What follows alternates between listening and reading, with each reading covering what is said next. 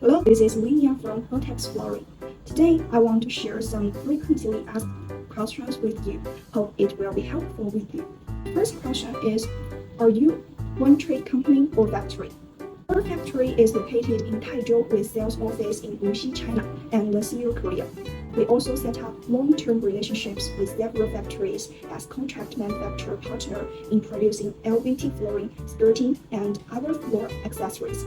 The second question is, how many colors do you have in your collection? We have over 1,000 colors for wood and stone wood. Every year, we develop new colors. The next question is, how is product quality control organized? Our product quality control in the factory is organized by our quality assurance system, raw material inspection, production process manual, three-tier point control, and production quality control by the quality control department. For the next question is, what is mainly tested in your laboratory? Dimensional stability, failure stability, click lock protection, and growth level. And how do you control and manage possible color differences between the different shipments?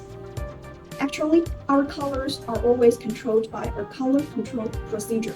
After recipe the bench print film, we take 2 meters of every bench film to compare this color with our master sample and the last bench sample. Only if both samples match, we will use it for our mass production. We herewith ensure that the colors are always in control. Which click type do I need to use?